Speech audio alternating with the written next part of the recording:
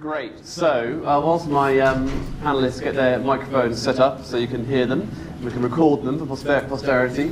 My name's Sam Markey. I'm the UK Cities lead here at the Catapult. So my job is to help city councils and other city stakeholders know that we exist, to try and understand what it is that they care about, what they need, what their challenges are, help them articulate and prioritise those so that people like you with amazing smart solutions, ideas for how we can make cities better places to live, work and play, can respond to those clearly articulated and prioritised needs.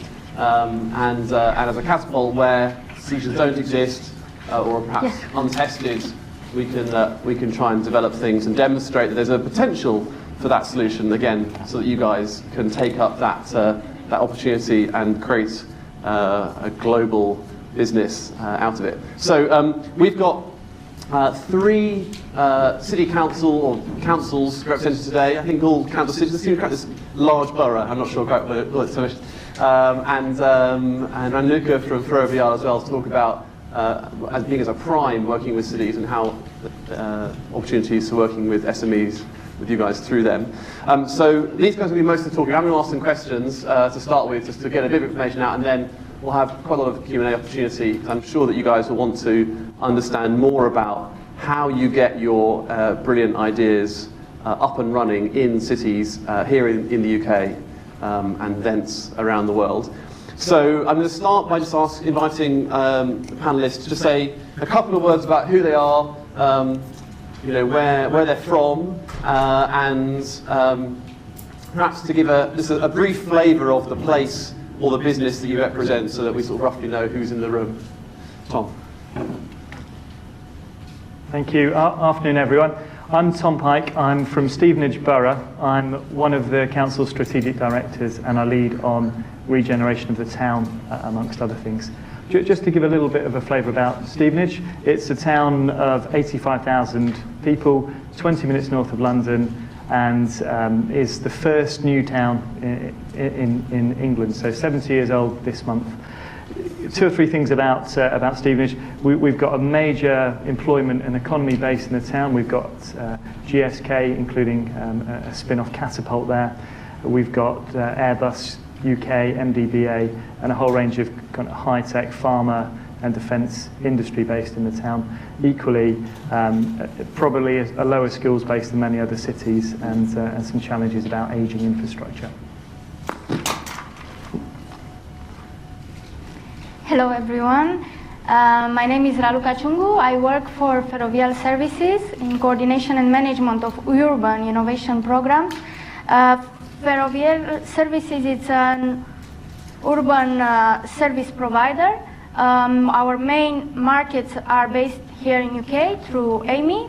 Maybe you have heard about AMI, and in Spain through Ferrovial Services. We also are delivering services in other 5 countries such as Qatar, Poland, Australia, Portugal, and more or less this is our market. Urban Innovation Program, it's a program articulated through development of innovation projects in collaboration with forward-thinking stakeholders. So definitely it's a joint collaboration through innovating in urban services and trying to scale these services through an entire market. Thank you. Are you guys sharing a microphone? I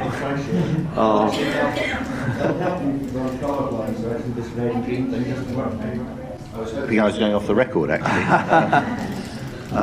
So I'm Allan Mayo. I'm the Smart City Strategist at Digital Greenwich. Digital Greenwich is really a small team reporting directly to the CEO in Greenwich Council. It has if you like, a sister company, a special purpose vehicle called DG Cities, which we're trying to use to help us through this innovation challenge, indeed through the procurement side of it. But that's only 1 year old. So something about Greenwich. Historically, I would argue it was the hub of the Industrial Revolution, thanks to the Royal Arsenal. and thanks to submarine cable, where Greenwich controlled most of the world's supply, and steam power for ships in the 19th century. That resulted in a high-skilled labour force, well-paid, top 10% of salaried work. These are guys not like in the gig economy begging for work on the stones. These were highly skilled people working in an innovative environment. That all came to an end in 1967. I would say for the last 40 years, Greenwich didn't quite know where it was going. And what we're about is trying to build on the traditions of Greenwich, build on its history, but looking to the future and develop a digital economy. It's a population of 275,000, rising rapidly thanks to the growth in London. Over the next 20 years to about 350, so it's significant growth, unlike many other areas, certainly many cities in Europe which are declining in size. So rapid rise of population, an aging population like many other cities I suspect, and we're faced with austerity. Budgets have declined over the last few years and continue to decline. So that combination of a growing population, an aging population, and reduced public expenditure, there's only one way forward, and that's innovation. We cannot go with the same model as before.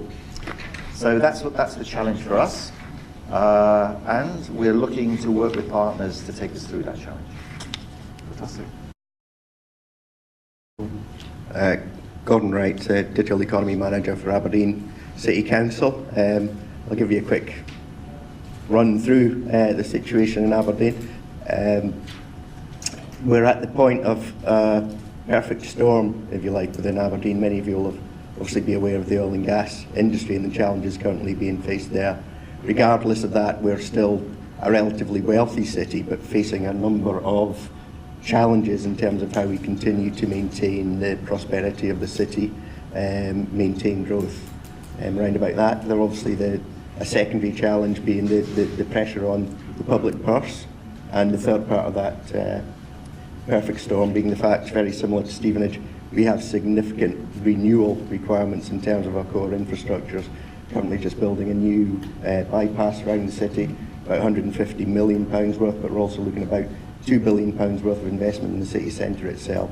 So 40 years of oil and gas has left a mark on the city, not always positive, but what it does mean, we have a very strong workforce and a very strong digital capability in the city, being the highest employer of engineers in the UK, probably outside of Cambridge in that respect, in terms of all engineering requirements. Tom mentioned the need for innovation, and innovation's not only in terms of the external facing smart city, it's also in terms of how the organisations, the city councils and the likes themselves work. And that's actually driven one of the main platforms that we're now looking at, which is the opportunity to look at what's been done in places like Greenwich, and Bristol is open, in places like that, and put together a collaborative platform between the public sector, the private sector and the third sector in how we go about procuring for innovation, for transformation internal to the councils, to gain the better benefit of it. I don't think councils have all the answers, and what we need is the capabilities of the small to medium-sized enterprises and potentially the larger organisations as well to help us drive that transformation root and branch from the ground up, rather than the top-down approach which councils are traditionally encouraged to take. I thought would make cities better. How would I go about finding a customer in a council? How would I find out which councils prioritised or cared about what? What sort of documents, what sort of reports should I be looking at to get a sense of the market opportunity? I think a good starting point is to know your subject matter and know which councils care about it. You'll have a product, you'll have a service. If using an example, electric cars, we had an approach from a company who were offering the council the opportunity to partner together to introduce an electric charging point in the town. For us to partner with them to bring the investment and put the infrastructure in and work with the electricity company to do that, and for them to then offer a car club out through us as an employer, but also to other residents in the town. Why did they come to Stevenage? What made them pick Stevenage rather than somewhere else? It's because we've made a big play on green travel, the importance of sustainable travel, and they were able to make contact with us because they could see from researching and just simple internet searching, we're an organisation who may have an interest in working with them. So I think that first and foremost it's about being really clear about what your offer is, what your product is or your service, and then using the right search terms and the right contacts to find which organisations would be interested. There are other bodies who can help guide a way through that. We've got a representative body in England called the Local Government Association. You can reach them, or you can reach through people like colleagues like Sam and others to find out, get one or two names who you could speak with direct. Again, a direct contact with someone interested and with good relationships is as good a way in as any. Fantastic. Now, Allan, you made reference to having a special purpose vehicle for trying to smooth the process of procurement. Do you want to tell us a little bit about that? How does that work? Well, oops, sorry, thank you. What the Royal Borough did was form DG Cities. It's a limited company, but wholly owned by the council. It's actually an RTO. So that's a research technology organisation, which and it is a member of EIT. So what I think like Future Cities Catapult. So what we're trying to do is work with companies. It gives us that flexibility to work with business in a if you like, in a research sort of way, because innovation is really about trying and testing and developing a business case and scaling up. So we formed this vehicle. At the moment, it's mainly, I would say, mainly focused on two areas. You asked the question about if you're a small company, you've got some ideas, how do you get them into local government? From my perspective, there are three, possibly four main areas where local government are interested. And it's where the pinch points are at the moment. One is adult social care. It's costing us a lot of money and rising. Another area which is smaller, but with all the pressures on recycling and rising costs of incineration, issues around waste management are very important for local government. The third area, depending on the nature of the council, and Greenwich is, by long tradition, a Labour council. It has 23,000 council houses. The cost of servicing those council houses and maintaining that public realm, or not the public realm, the social housing, I think is around 150 million in the borough. And it's not done well, if we're honest. That is off the record, looking into the camera, being recorded, Chatham House rules. And I think in most areas there are issues around how facilities management is undertaken. And I suppose the other area is around transport. But the strange thing about transport in a borough is we can't monetize that. Nor can we save on it. We just know that there are emissions, and the Blackwall Tunnel is appalling for us, creating dreadful emissions when it goes bang. So we are definitely interested in transport and mobility and movement, trying to improve that, but it's a tough one for local government at the present moment. Although parking is obviously offers a revenue, and we all know the trick there. So those are the areas, and we have actually focused with our special purpose vehicle on working with NEC, a Japanese multinational, in creating a platform to improve the market for adult social care in the borough, and we're doing that together, step by step.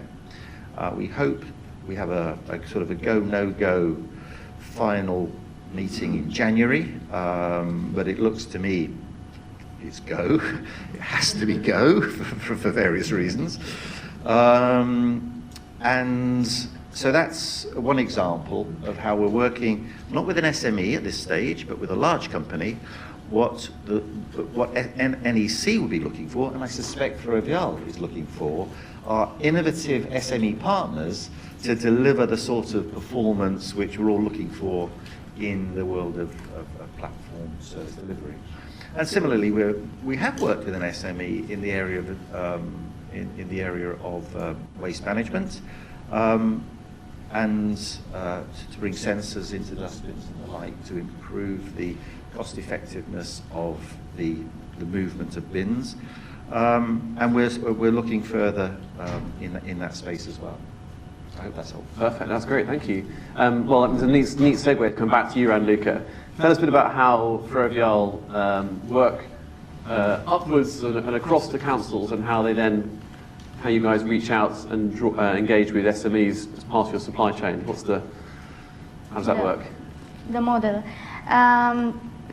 Yes, definitely we consider startups, entrepreneurs, small and medium companies as the voice of the cities, of the boroughs. They are getting closer and they really understand the needs of the citizens, of the cities, of the boroughs. We are using a collaborative model with city councils, small and medium enterprises, startups, entrepreneurs, and our companies also. We are involving citizens to create innovation.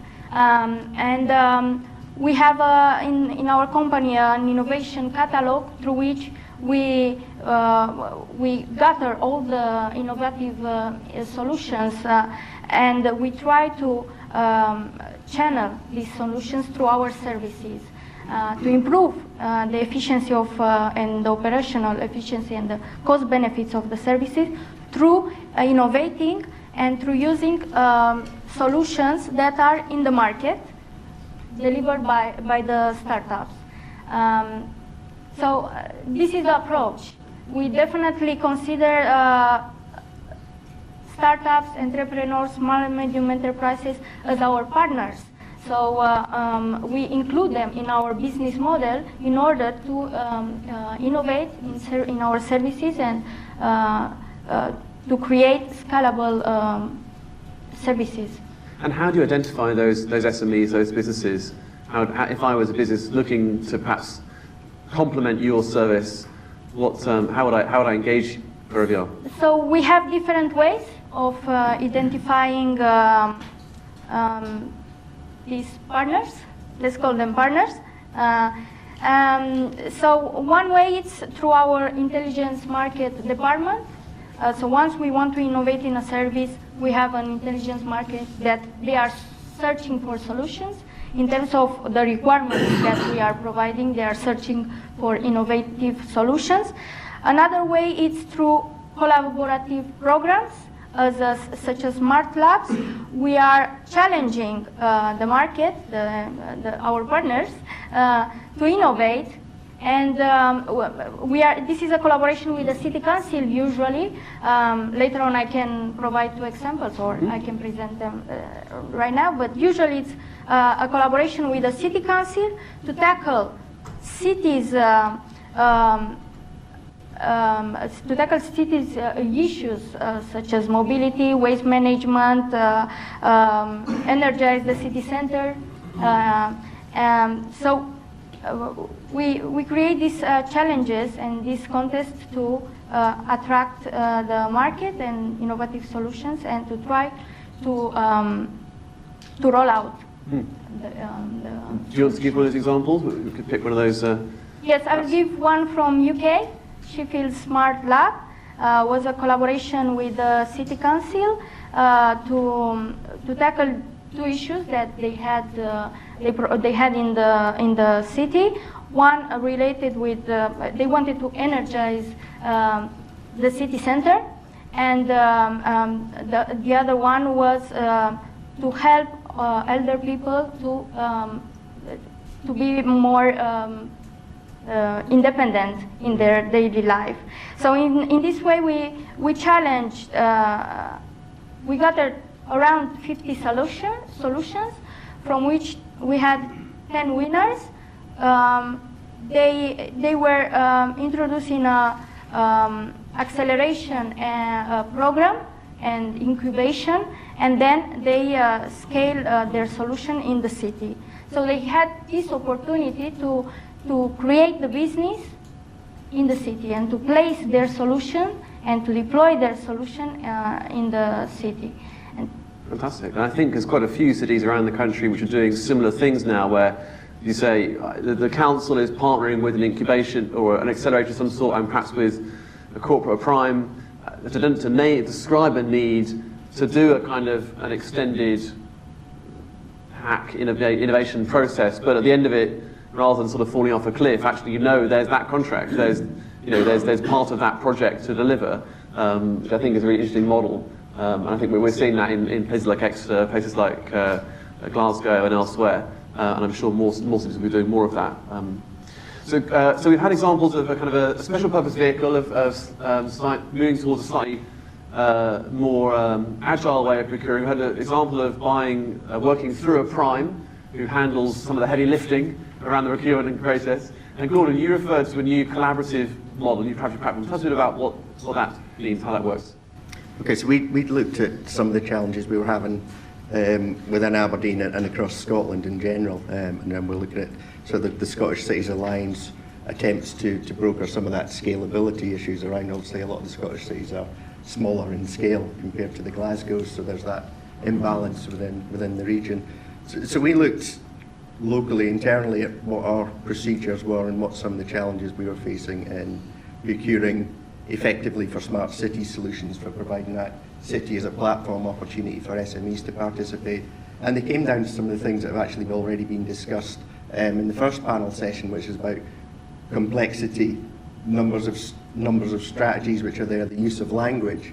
And actually what we wanted to do was start to break it down in terms of starting to understand how the council as an organisation could facilitate smart city development across Aberdeen, encouraging the investment both by the large major players and SMEs.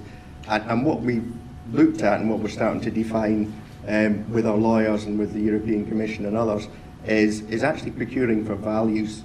So procuring for a set of values rather than from a set of technology standards or for individual elements of a strategy within a silo. So actually, what does the council want to achieve in terms of economic growth, social benefits and environmental qualities, and actually starting to drive our procurements around about that, rather than demanding particular standards being met. What we are forming as the organisation to do that is an open alliance product where we would procure, and I keep defining this because I'm not a technologist, so I keep defining it as that thing that you buy from the garden centre which is supposed to be a tree. It's actually a twig with a root ball at the end of it. What you need is other people to come along and feed that and nourish it, to allow that piece, which is our core technology stack, to do the things that the council needs to do within the city, to actually allow others to come in alliance and collaborate with us, to allow the branches and the flowers to grow and the root ball to reach further into the ground to sustain it. Because what we do currently is we buy big systems that last for 5 years. After the first year, you know it's a dud, but you've got another 4 years of that contract to go through. So we actually want to have that core collaborative platform where we can agilely develop in a flexible way, start to procure not solutions as 5-10 year solutions, but as a service. So services as a service. So the ultimate service, the ultimate as a service solution, so that we can actually iterate and grow the ongoing benefits of doing things at a smart city collaborative level, and how we might achieve that. We want to take the complexity out of procuring within that, so we don't want 3 to 6 to 9 month contract negotiations. We want something which captures behaviours, values and open standards amongst everybody that participates in that alliance. That alliance then begins to deliver that fleet of food procurement processes, the opportunity to engage and work alongside people ahead of the adoption of a formal service within that. So that's the general thinking around the space where we're going. Like I say, we're 2/3 of the way there. I think it will require some sort of external organisation to help manage that, but the form which shapes around that organisation is what we're trying to negotiate now. The aim is actually to have that defined by the end of this calendar year, so that next year we're actually hitting the ground running, start to deliver on that. we're adopting some of that in terms of what we do currently for procurements. We are reducing the length of procurements, and we are trying to separate out some of the data ownership from some of the systems so that we actually are starting to build the capability for that moving forward. But so that's the stage we're at now. But next year, hopefully, we'll have that very open alliancing perspective. And that allows the council, I suppose, to step back in some areas and allow the alliance to actually understand some of the challenges. We traditionally will think about, I'm sorry I'm going on here, but we'll traditionally think about what is the challenge for us internally, when actually the solution may sit somewhere else. So that's where we want to have a lot of input and a lot of alliance partners there actually saying, you're trying to solve a problem in terms of transport as far as is the road moving well enough, as opposed to actually how does an individual or a service or a property or good get from A to B. So there's that difference between managing a transport infrastructure against mobility as a service as an outcome. So we're trying to build that capacity within the city to achieve that. Fantastic, thank you. Well, so thanks for that, Fantasy. They give you a flavour of their place, of their challenges, of how things work, and how sometimes that we've had to slightly get creative to make sure that things can move forward. I want to give some time to you guys to ask any questions that you might have. So I'll come to this lady at the back. Yes. So, we do waste to energy in a shipping container that can be integrated into various buildings. So it's interesting to hear that you've come up with waste management and that's a focus. But what we're finding is when we're engaging with the councils, we're not actually getting traction because there are existing relationships in place, existing contractual relationships, and there's not enough of perhaps a championing within the council itself to be able to get that traction. Do you have a suggestion on how we as SMEs can get past some of those existing long-term relationships that you have with large corporates to get into those programs and really participate, because there's a monetary value to us, obviously, to see that, and perhaps an infinite value to the council to take something on. That's it. Who wants to grab that one? City Council. I'll go with it first because it was part of. Whoever's holding the mic is there. Yeah, I think you're right. It's part of that proposition which we start to talk about when it comes to values, actually breaking across the silos. Traditionally, again, the solution to a waste problem has been seen to be within the environmental services delivery, but actually, as you're starting to identify, there's an opportunity in terms of the solution you provide, and people have shown me it, so I'll be keen to have a talk about that, about actually how that transfers into the circular economy outcomes. And I see circular economy being something which is closely tied to smart cities. Actually, it should be part and parcel of what we try to achieve at smart cities level. So it's about uncoupling again. Everything that is waste must go to the waste disposal organisation. Actually, are there ways that we can make better value out of circular economy thinking, the opportunity of generating energy from waste? So that's the move to values, as opposed to someone doing how do we best manage this as a structural and procedural challenge within a council. So that bit about turning community waste into community value. No, it's something I've been discussing with NEC. I'll be talking to them tomorrow about it. Interestingly, the council, we work as a sort of a hit team within the council, and the council waste management wanted a view on a particular project. NEC said, it's interesting, but actually we should be looking at the much bigger picture in the way you've described. And I think all councils now are beginning to think about, we need to look at the bigger picture around the circular economy. So I think the onus then becomes on either us as individuals or collectively, because this is a common problem across all local government.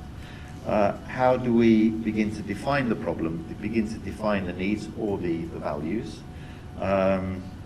in order to give opportunity to innovators to come forward with a much bigger market than just selling into Greenwich. It just happens in Greenwich we have a big area, and we're working in collaboration with Bexley around an area called Thamesmead, which is in the capital, a new town of some interesting repute. Clockwork Orange was filmed there for very good reason, a violent film in a brutal area. That's going to grow by something like 20,000 houses in the next, certainly over the next 20 years. This is part of the growth spurt in East London. There's going to be an urgent need to completely rethink waste management in that area. And so what I would hope is that we run sort of workshops, a bit like this, to say, so what are the issues and where could the innovation take us to become a genuinely circular economy? And do we have the information? How can we work with our public, with our residents, on changing behaviours? Ultimately, a smart city is not only a sustainable city, but it's a listening city. It's working proactively with the residents over solutions to these issues. So I think the onus is on us, definitely on us, to establish an environment where we address these issues holistically, not just project by project by project, which tends to be the case in the past, and then work with and say run workshops openly with potential solution providers. And the question I think you've raised is, how do we ensure that someone like you is aware of that situation? And the only way that can come about is by both of us attending events and me hearing that you're interested and you hearing that I'm interested. I don't know any other way, rather than the old-fashioned thing about posting up some call for tender, which is not quite where we're at. We're at a call for ideas almost. We're interested in exploring this further. I don't know if that complements your... I'll keep it brief so we can open up for other topics too. It's an interesting challenge you present, and I think quite often local authorities think, when they think about waste, we think about how we collect it and what type of bin you've got and how cheap that is. All authorities look at what's the price of disposal too, but I don't think as a sector we've always been creative enough about how can you get your disposal costs down, what can you do differently. And the point you were getting at, if I was listening well enough, is how to challenge some of the market for disposal, often tied up with larger corporates. And for me, the challenge is about the strength of the pitch, and I'd love to hear more about it after the session. But I think part with the solution, as you were describing, it's about hitting the right audience to get them to think differently, because effectively you've got something new that's coming in that will have an effect for them that they could scale up and roll out more widely with you. So for me, it's about making sure that we don't get it locked down into approaching a waste department in a council who's typically run by someone who's always collected the bins, man and boy, for example, but thinking more about how can we go in at the right level to the right bit of the audience to get the debate happening, because effectively your solution's also a lobbying proposition. Great. Question Andrew Ross from Global Gardens. Question to all three, in fact all four. Can I ask about your financial strategy here? The UK Municipal Bond Agency, acting on behalf of all local authorities, has reserves of £40 billion, untouched. The UK MBA is trying to find a way in which local authorities acting on a catchment scale through the local enterprise partnerships can aggregate sets of projects that fit within climate bond criteria. And that includes waste, electrification, broadband, transport, sustainable agriculture, a whole set of stuff. Are you thinking about developing a green bond for your area, and why not, if you're not? I'll go first again. Aberdeen City Council is currently issuing bonds around its city centre master plan redevelopment, so I talked about that desire for around about £1.5 to £2 billion investment in the city centre. 370 million of that is being raised by bonds in the market from Aberdeen City Council. Certainly we are aware of the opportunity around bonds, so I'd be quite happy to have a chat with you about whether there is further areas we can go in terms of that. So we are actively looking beyond just the budget settlement that we get from the government and the council tax. And likewise, Greenwich has a very strong balance sheet, and the CEO has made it clear if there is a business case for borrowing, the finance is not an issue. We spoke to the Green Bank as was. Green investment. Green investment as Still was, yeah. Looking for projects. Looking for projects. No, we had a good conversation with them. Has it gone anywhere? No, but There's not a single green bond issued in the UK. Yeah. Not a single one. Yeah. The onus is on us to identify the projects in the business case. But we're aware of it, but we haven't done that yet. I think what you're identifying actually within local government to some degree is, again, I'm sure it's excellent, but it could be better, he says on the record. But that is a lack of that sort of level of strategic thinking, which was there when there was lots of people around in local government, but the cuts have I think, have hit very hard. That strategic thinking in local government, and that's what Digital Greenwich is trying to move towards. But it's, I think you identify a very good point. It's not easy. Yes, my question is more related to the council, etc. Do you have, let's say, a local database where you know the area, that the data already collected? Did you develop some kind of digital strategy platform board that SME or you can in reality know what's going on in the area? This means if you don't have this in place, you don't know where to go. That's my question. If you have this database locally already inside your council, that you know what is going on in your territory, not only your territory, also with the regions, because it's a more sustainable, strategical way. Can I Yeah, of course. jump, start, Even though you're and not. then anyway, but I just want to make the link with local authorities because in our company we have a digital strategy. We see that there is the data. I need the data. Yes, exactly. Not the digital strategy. Yes. Everybody have a digital strategy. Now I will just make the connection. So we have a digital strategy. We already developing, deploying here in UK also data analysis projects through which we try to improve in an efficient way our waste management services and different other services that we are providing. And in this sense, it gives a great value the data. We see that placing sensors on top of the bins helps us to improve our in an efficient way and cost benefit our service.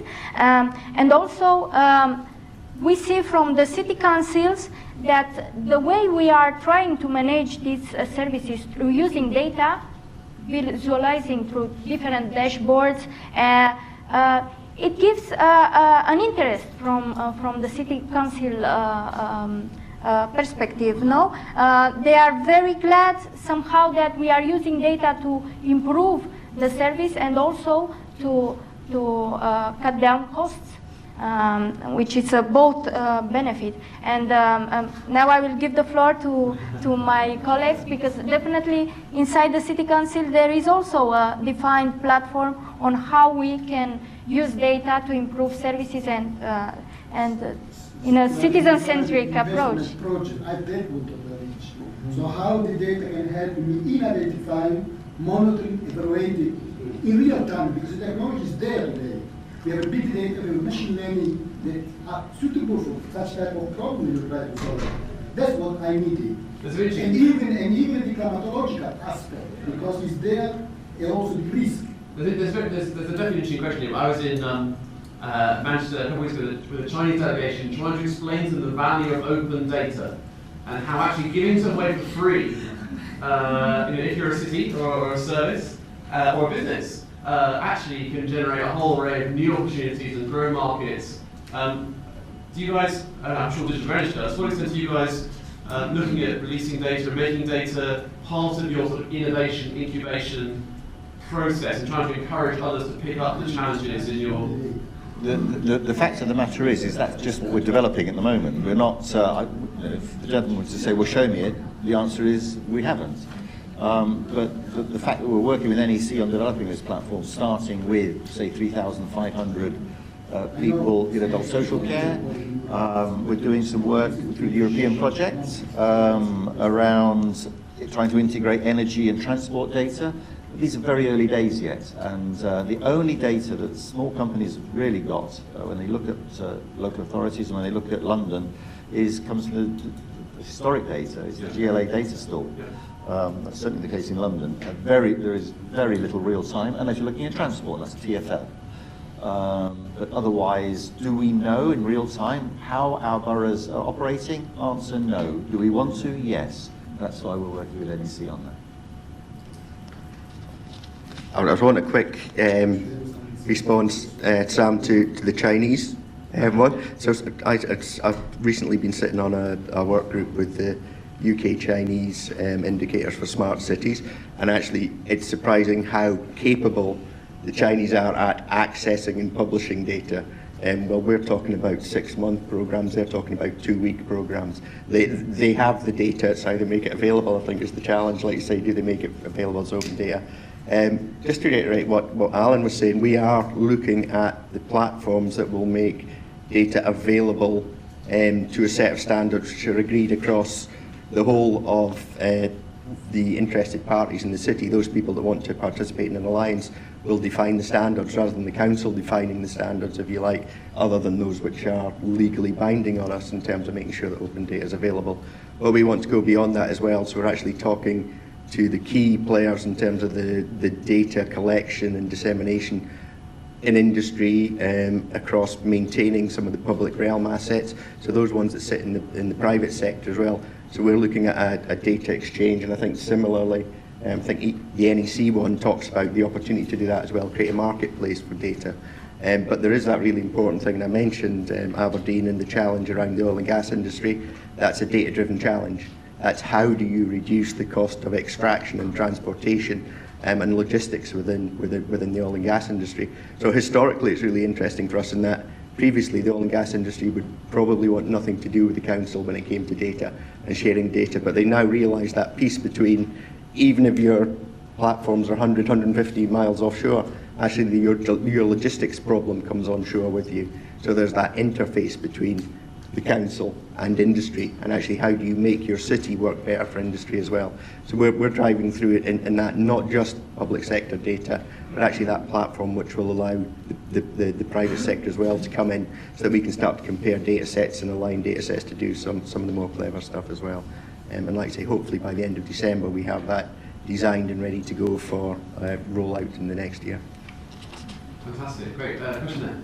Yeah, congratulations to, you have to excuse my pronunciation of Ferrovial, because I worked for Amy when their share price fell from £3.50 to 30p, and Ferrovial went in and bought them at that. So clearly they know a bargain when they see one. Well, you tell me it was doing that, right? I didn't know you at the time, and I wouldn't be qualified to give that advice either.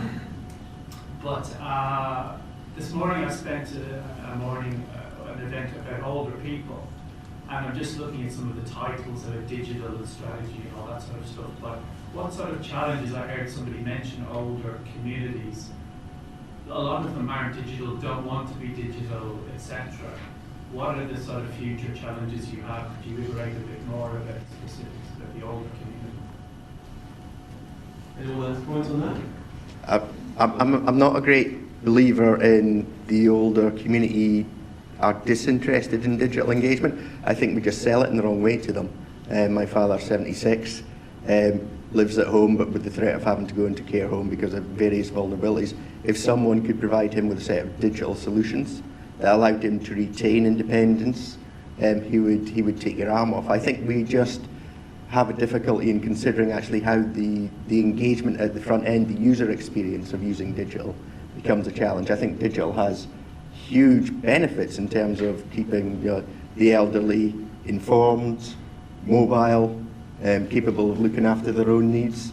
And actually, we shouldn't be looking at digital as something which is difficult to sell to them. We should be actually looking at what we're doing wrong if we're having problems in deploying it.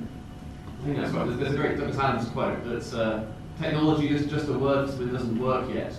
And as soon as it works, it becomes the thing. You know, it becomes the phone in your pocket, or the pen, or the car.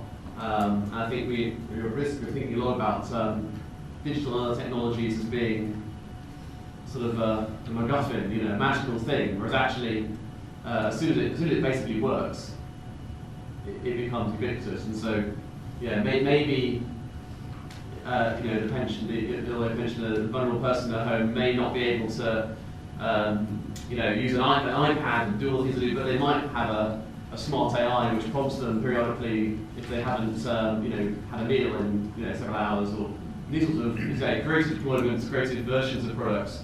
I think have I believe life expectancy in parts of Glasgow is at 73.5 years at the moment, so they've obviously found that's the posher areas of Glasgow. Some of them are Quite simply, it has to work. It has to work. Local council will go bust if they cannot innovate in this particular area. The pressures are significant. And we will be working with older people to make sure that the platform meets their needs. It's not to meet our needs, it's to meet their needs. So in this process of developing this adult social care platform, we'll be working with the elderly so that it does meet their needs. And whatever's required to make it work, that's what we'll have to do, because there is no alternative other than massive increasing costs.